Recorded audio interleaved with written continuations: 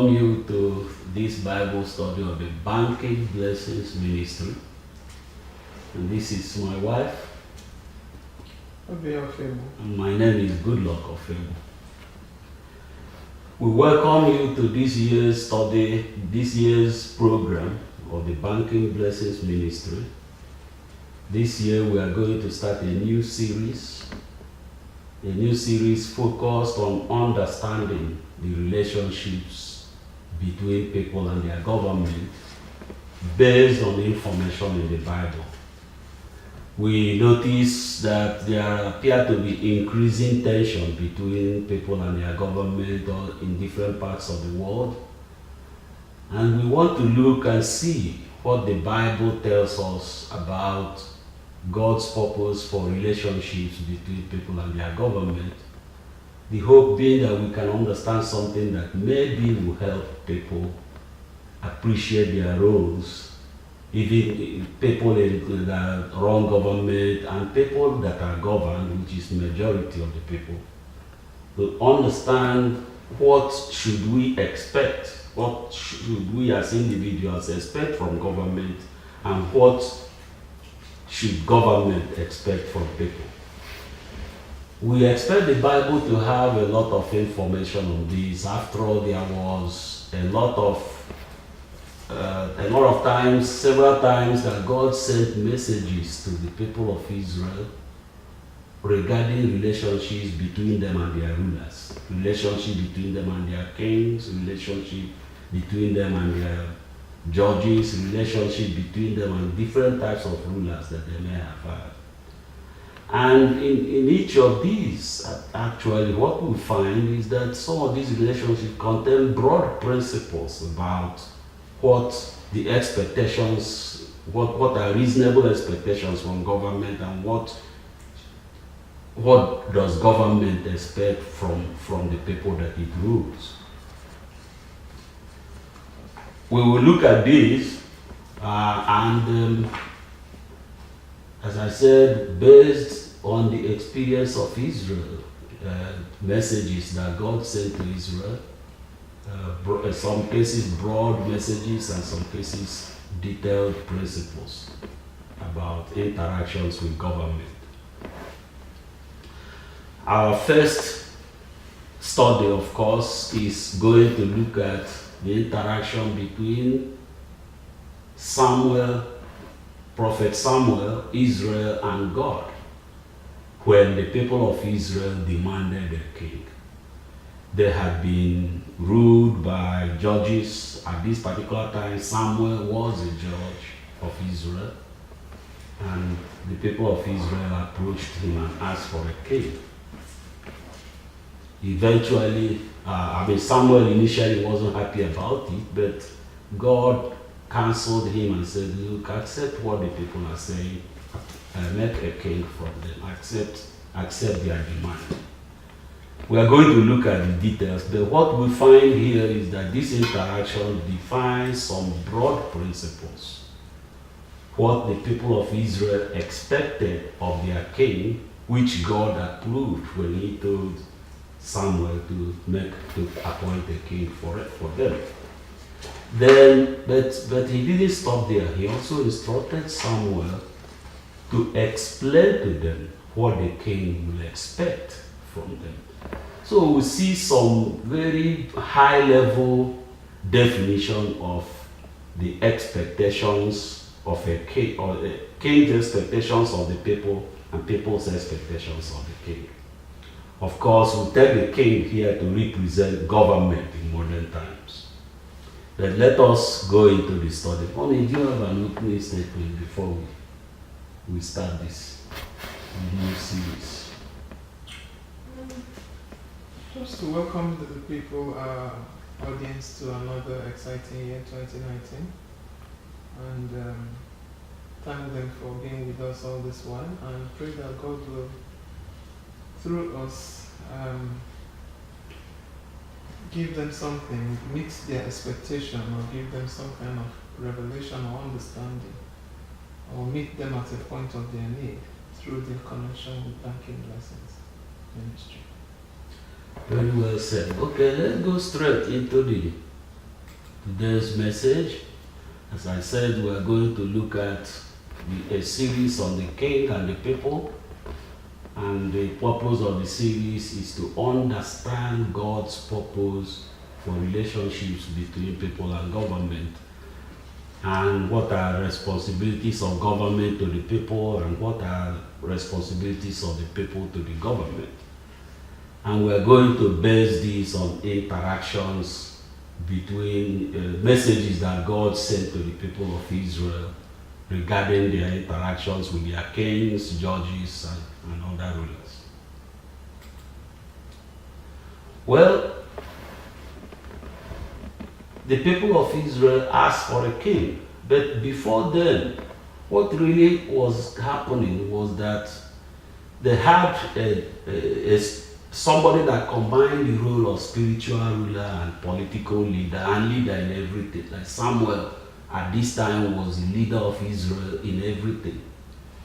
Well, Samuel wasn't a warrior. He was, of course, a spiritual man, a man of God. But when they needed a warrior, God fought for them directly. And this is literally speaking. Of course, they didn't come down with horses and sword to fight with them, but he intervened forcefully, sent a force, a visible, either visible through sound or one way or the other, sent something from heaven that frightened their enemies and made them run away from Israel. We will see an example of that just to get the background. But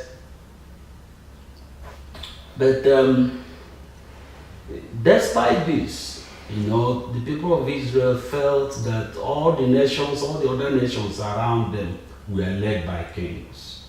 And they felt that their life would be better off if they had a king. We will also see that, in fact, this was occasioned by the transition that was occurring.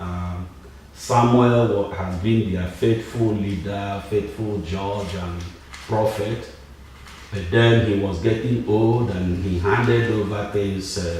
He made his children judges over Israel. But the people of Israel were not satisfied with the behavior of his children, of Samuel's children as judges. But let us look at, first of all, a short passage to see how God fought directly for Israel in a battle with the Philistines. And then they are asking for a king was after this battle.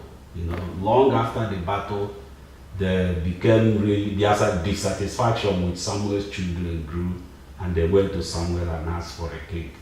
And let us look at this battle in which God fought directly for Israel. From 1 Samuel chapter 7 is really documented in verses 3 to 16, but we are only going to read 10 to 13 because that describes the battle.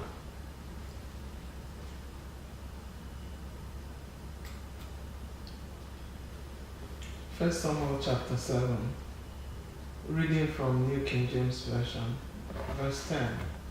Now as Samuel was offering up the burnt offering, the Philistines drew near to battle against Israel. But the Lord thundered with a loud thunder upon the Philistines that day, and so confused them that they were overcome before Israel. And the men of Israel went out of Mizpah and pursued the Philistines and drove them back as far as below Bethkar. Verse 12. Then Samuel took a stone and set it up between Mizpah and Shen, and called his name Ebenezer, saying, Thus far the Lord has helped us. Yes, thus far the Lord has helped us. And this short passage kind of describes the state of affairs. Samuel was the spiritual leader, the prophet, and the judge, somebody that, the all-round leader of Israel. But when Israel was faced with a battle, God came directly and fought for them, literally. In this case, he used thunder. There are other cases, several other cases where he told them to do something and they did it, and that produced a lot of results. So that was the state of affairs. But then another state of affairs, we didn't finish the last one. Another state of affairs was that Samuel was getting old. It was time to make a transition. He had appointed his children as judges. But the people of Israel were not satisfied with the behavior of Samuel's children, the way they handled their role as judges. They were accused of being dishonest. They accepted bribe, and they did not provide justice to people the way they needed. They did not judge in a free and fair manner. They did not judge honestly. They didn't represent the interest of the people well.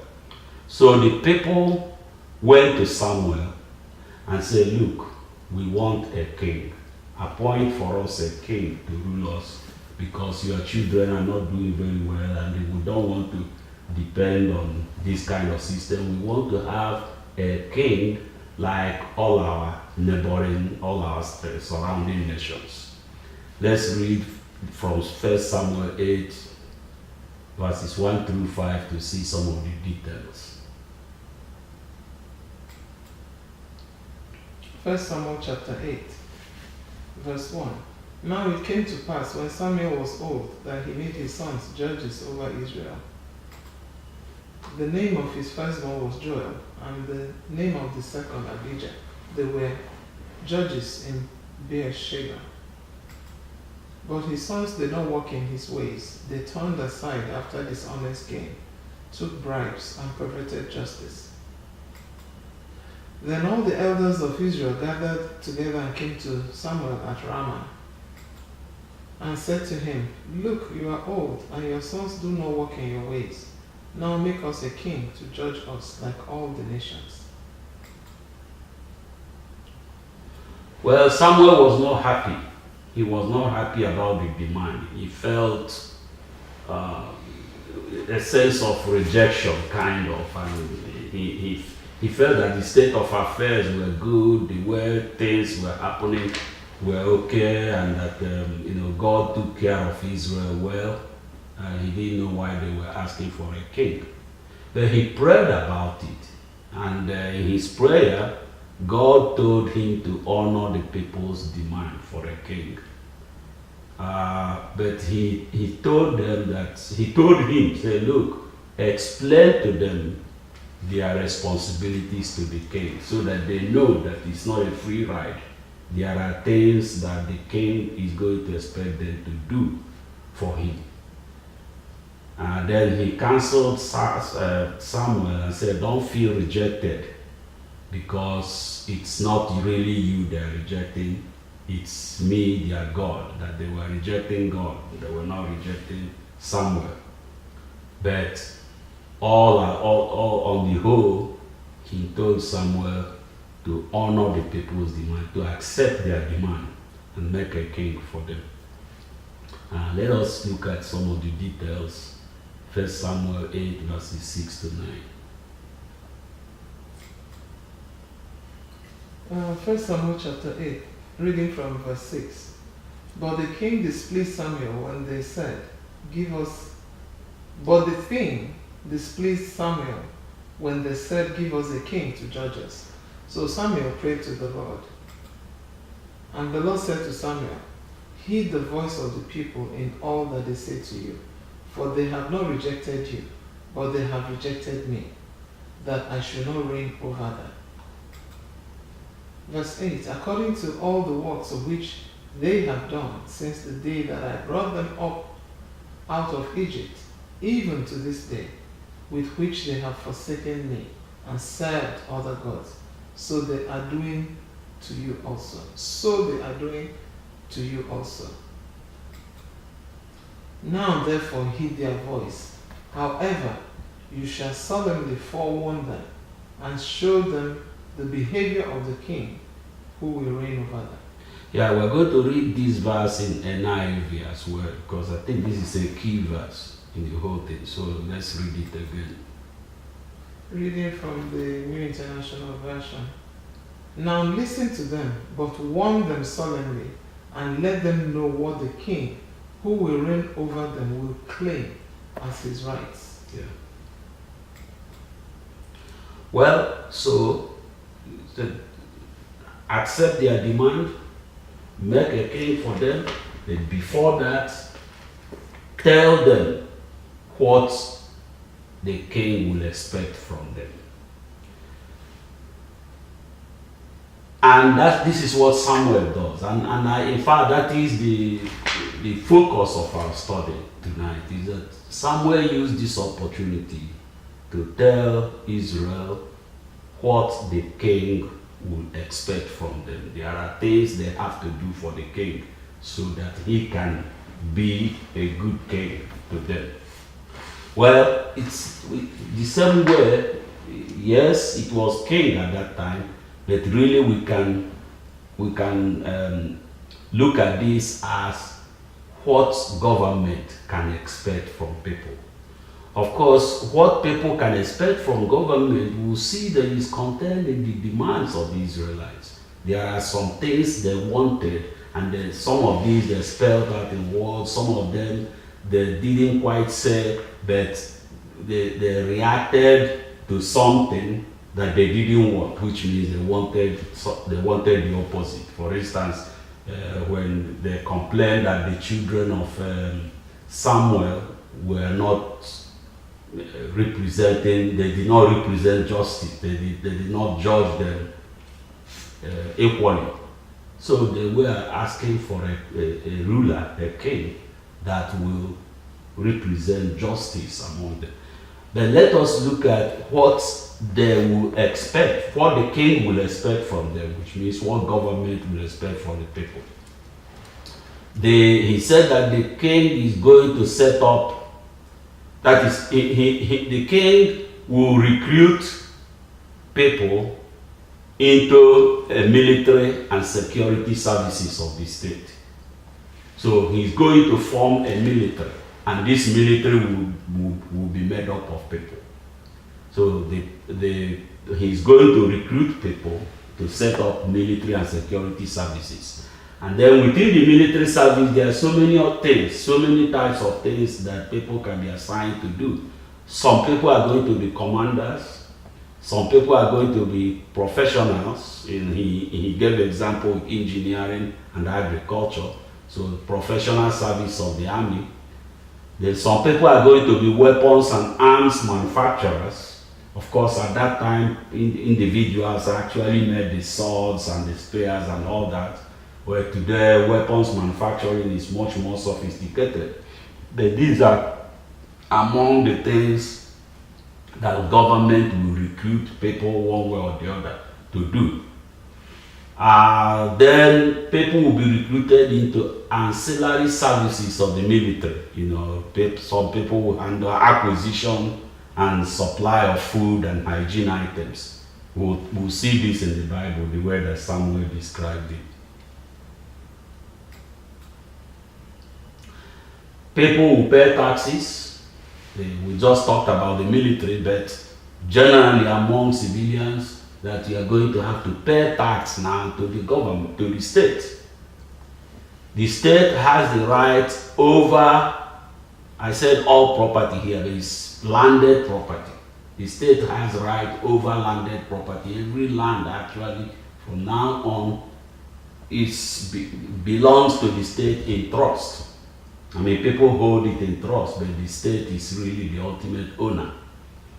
In some countries, states today can assert what they call right of eminent domain, to take land from people. But that's a different kind of study. But you could see that the foundation for that actually comes in this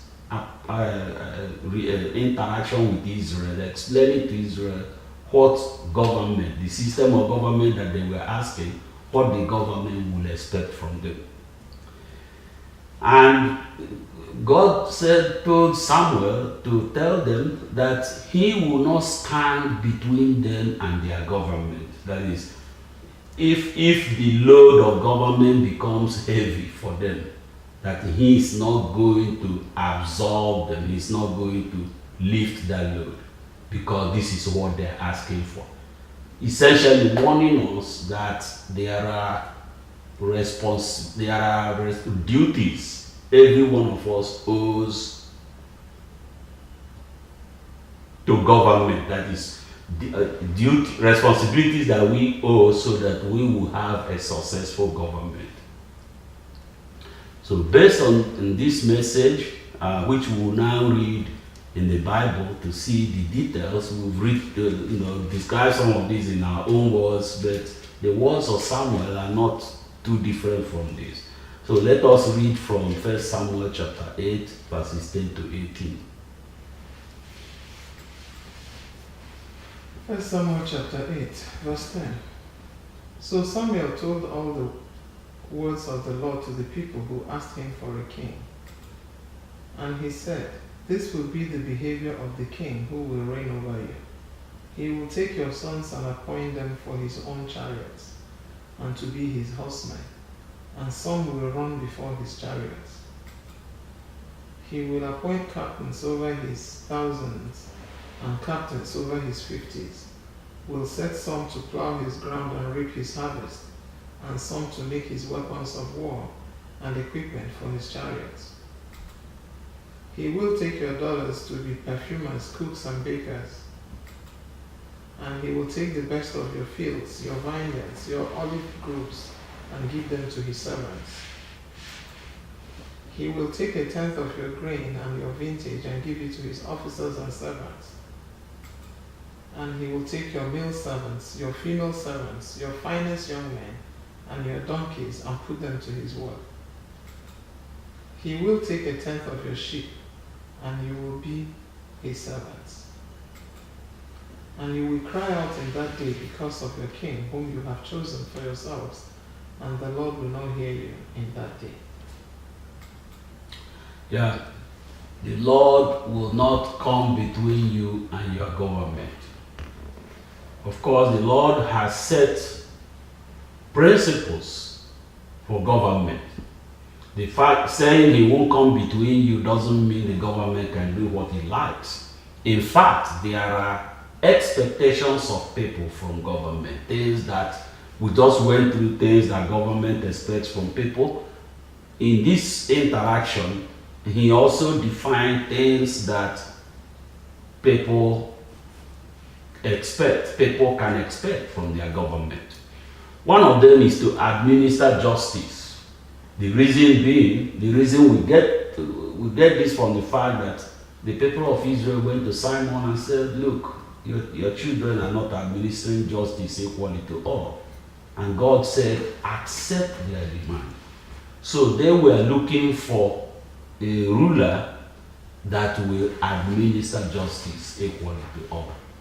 They were looking for a ruler that will administer justice with fairness and honesty. So this is one of the responsibilities, one of the right expectations, what people can expect from their government. The government will represent, let's say the king. The king will represent the nation among other nations. So your government will represent you among other countries. He will lead the nation in its battles. He will provide for continuing viable leadership. And these were based on the demand that the people of Israel presented to Samuel, because God told Samuel to accept this demand. So accept their expectations of a ruler, but warn them about what the ruler will expect from them. So it's a two-way thing. It's really like writing a constitution. In fact, I believe a lot of nations, when they wrote their constitution, hopefully looked at some of these broad principles. But what these are broad principles that define, in very broad terms, in very general terms, the relationship between people and their government. Let us read. We're not going to, this text a large passage in the Bible, but we'll just look at verses 3, 5, 19, and 20. 4 verses from 1 Samuel chapter 8. You can see they are taken from all over the place. But these verses were selected because they contain the demand of the people of Israel. Their demand was for a king, but they were demanding a king that can do certain things for them. So let us read. 1 Samuel chapter 8 verse 3. For his sons did not walk in his ways. They turned aside after dishonest gain, took bribes, and perverted justice. Okay. So these are the things the sons did, and the Israelites wanted a ruler that would do the opposite. A ruler that will not do these things. A ruler that will be that will not look or take bribe or handle things in a dishonest way or disrespect justice. So a ruler that will administer justice with fairness. Okay, the next verse. And said to him, Look, you are old, and your sons do not walk in your ways. Now make us a king to judge us like all the nations. Okay.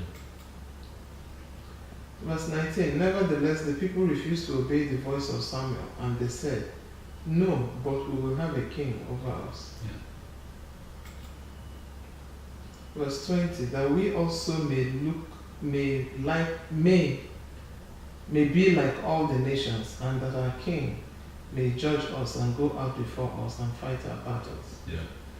So these 4 verses kind of contain the demand of the people of Israel, which we will describe in our own words at the beginning of this section.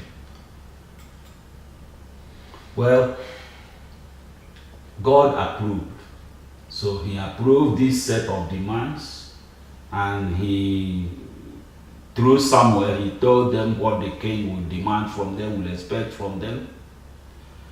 So he defined in broad terms the people's responsibilities to their government and the government responsibilities to the people. 2 more verses to read. Where is if I can come in here. Yeah, go ahead. The way I'm looking at this is because the Bible keeps referring to warning and warning. The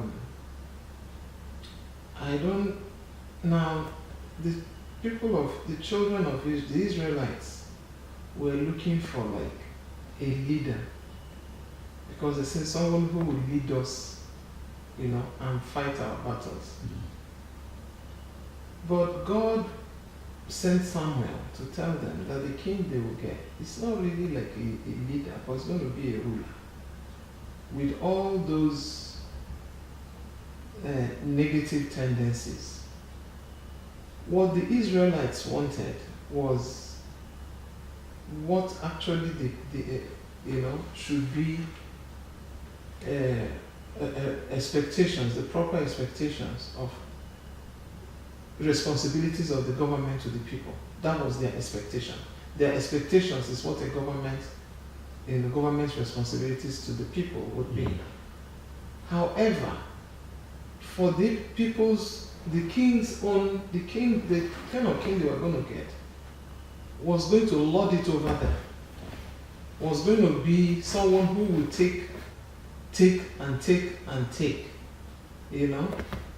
And God was trying to warn them. What I'm finding difficult to understand here is, or rather to put together is, yes, the warning is because of the kind of king they were going to get. Also, all along, like you pointed out, God has fought their battles. They were not used to this kind of thing. God had fought. There were no demands made to them. Samuel was the only person who became a prophet and a judge. So they were not used to having their servants taken by the king, unless in places of war and all that kind of thing. Anything they gave was, what they felt was what they should give, or if the Lord demanded, or So it's a bit dicey here, the kind of king that they were getting, because God was warning them about it. And despite that, they said, nevertheless, we still want a king. They were expecting a leader that would be like Samuel. Samuel was not doing all those things that this king they want would do. They were expecting it. However, they were going to get somebody who was going to keep taking and taking and taking from them. And the Lord was saying, God was saying, hey, this is what is going to happen. And whether it's for good governance or bad governance, we know God has seen it, that it wasn't good. That is why he said, you will cry out to me, and I will not come between you and that person. Because it's going to be an oppressive king for them. Well, yeah, that is correct. This is, but I think an important point here is that this was a transition happening. They had a system. They had a leader, as you mentioned. They had a leader who covered all aspects of their life. He was the spiritual leader. He was their judge. He was leader in everything. And when they had a battle, when they were threatened by enemies, God fought for them directly. Now they've looked at the people they fought against, their neighboring nations, and they said, well, these other nations have a leader that fought that represented them in battles, that led them in battles, and we want such a leader. They based it more on their dissatisfaction with Samuel's children as judges, but also, if you see in the two verses where their demand was discussed, they always talked about being like the other nations, somebody to rule us like the other nations. So what the message that God sent here was really, it may have been, in it may also have been some warning about the particular individual they were going to get, and we will see this as we go along. But I think there is also an explanation of a general definition of relationship between the people and the king. Say, look, you're going to get a king. Remember, the king is going to need people to fight in the army, and you are going to be those people. He's going to recruit you into his army. Some of you he will make commanders. Some of you he will work as engineers or work in agriculture. Some of your women may become perfumers. Look at this, and you can gently look at what is happening here. Is that it's just defining what the military, the various services that people will be recruited into to form a military. Your king is going to rule you. He's going to represent you among nations. But he's not going to do it by himself. He's not going to do it empty-handed. He's going to need human and monetary support from you. That's how taxation comes around. He's going to take a tenth of your grains and things like that. That is taxes he was introducing. So, but let us move on and read 1 Samuel 8:21 and 22, sort of to see. I think this is about God approving the demand that they're telling Samuel, okay, I've heard what they said, and go ahead and make a king for them. Or we will go ahead and make a king for them. 1 Samuel chapter 8 verse 21. And Samuel heard all the words of the people, and he repeated them in the hearing of the Lord. So the Lord said to Samuel, heed their voice and make them a king. And Samuel said to the men of Israel, every man go to his city. Yeah. Okay, so that actually is the end of today's lesson. That is, God approved kingship for the Israelites. And in approving the kingship, he advised Samuel to accept their demand for a king, which contained a number of expectations, what they expected the king to do for them. But he said the people, the king has the authority to collect taxes. We're summarizing now. Authority to collect taxes, authority to raise military and security forces, authority over landed property, authority to represent the people. But the responsibility of the king to the people, the responsibility of government to the people, is to exercise this authority on behalf of the people. This is just summarizing what we learned.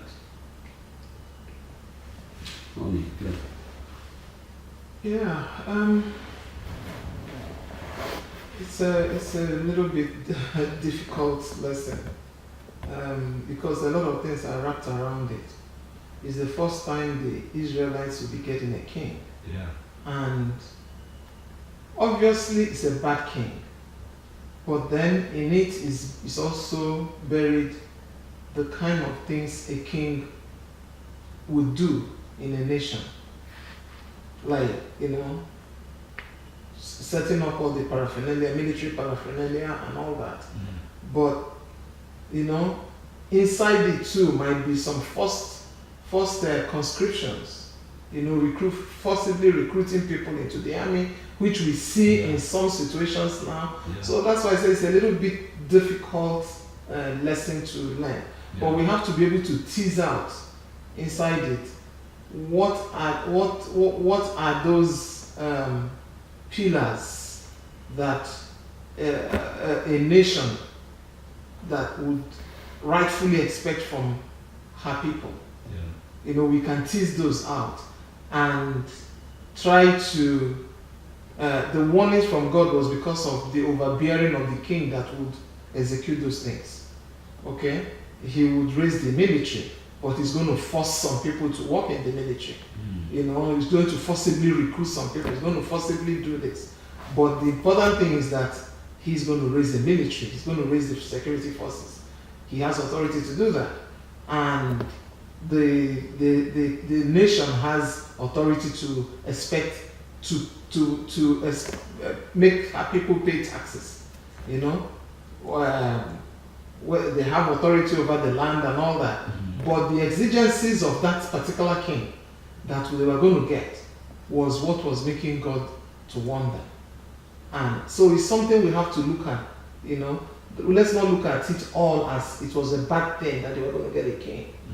But the responsibilities of a nationhood was being delineated and mapped out, marshaled out, so that the people will know what they expect from the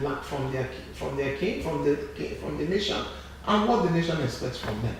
However, there was going to be some excesses from the king who was going to sit over all that. So that's well understood here. This was the first time, so invariably they are probably going to use this to know eventually who is a good king, who is a bad king, because some people might not go to the excesses that this particular king will go. But for me, in life applications of this, in line with what, in my own understanding, and for me, what is pertinent or something that we can take home in addition to these relationships is the fact that we see that in the demand for a king, God permitted it. If God didn't permit it, Samuel wasn't going to do it. So when many parts of the globe now, elections are coming up in the US, in Nigeria, my home country, and a lot of places, if we should realize that God is in the business of permitting a type of king that the people want. They wanted a particular kind of king. In as much as God was still going to allow Samuel to be the judge, because through that judgeship, that was really God's rulership over the people. But they rejected it. But God said, okay, this is what you want. I'm going to permit it. I'm going to allow it. So we see the hand of God in elections and selecting who our rulers will be. And what does that tell me? That as people of God, as believers, we should prayerfully consider what our requests are. And our requests in this time, at this point, will be represented by our vote. Yeah. Prayerfully consider where you cast your vote.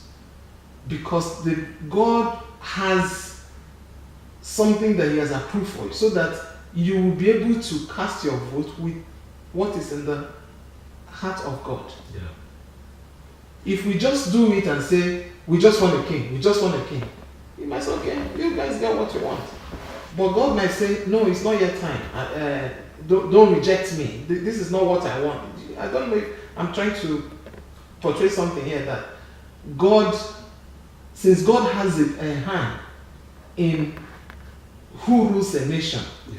as the people of God, as believers, we should seek His face, seek to know what He wants Yes. before we can exercise that our request, which is our vote.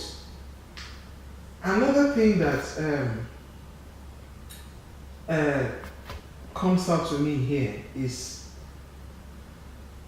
God said, in that time, when this king is doing all these things to you, in that time you will cry out to me, but I will not come between you and that king. He tells me another thing, that God is capable of coming between us and bad leadership. God is capable of lifting us as a nation, or taking the people, ridding the nation of bad leadership. Because if He says, at that time I will not hear you, it means He can also hear us. Because in 2 Chronicles He said, if my people who are called by my name will humble themselves and cry out to me, I will look down from heaven, I will hear their cry, and I will heal their land. So these two things are very important. That God is, even when we have made mistake in leadership, it's not for us to carry arms or bear arms against that leadership, or begin to castigate them, or I'm sure we're going to see more of this as we go on with this. Yes. When God has said we have to obey, He has not absolved us from, obeying the authorities in the land, except for when it is a crime against God, But in this situation, we can also, rather than use our mouths to, or you bear arms or use our mouth in any way we can to run down that king, we can also cry out to God and He will hear us. So God is in the business of allowing the people to make a king, and He's also in the business of pulling down the king or healing that land by removing bad leadership.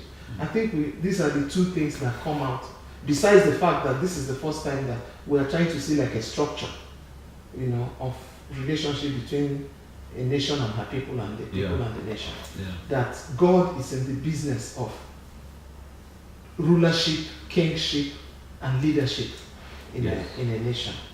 Yes. Well, this is, what you just went through. We will go to see more of them, the lessons that we have prepared for this series. In fact, in the next lessons, we're going to look at this whole, how God participates in selection of a leader. Selection of a king or selection of a president and all that. We're going to see that because the Bible actually has very good examples, very well defined process. This is what God does, and then after that, here is what the people do, and we're going to look at this. The series really has a lot of good lessons for us, and we hope that you will join us as we go along in this series and learn together with you. We thank you for joining us in this. Let me end this slideshow. We thank you for joining us, and we pray that what you learned from our Bible study program, which is available at the website bankingblessing.org. We pray that you will visit the website often, and that what you learn from there will make a positive impact on your life. and bring you closer to God's purpose. Thank you, and God bless you. Thank you.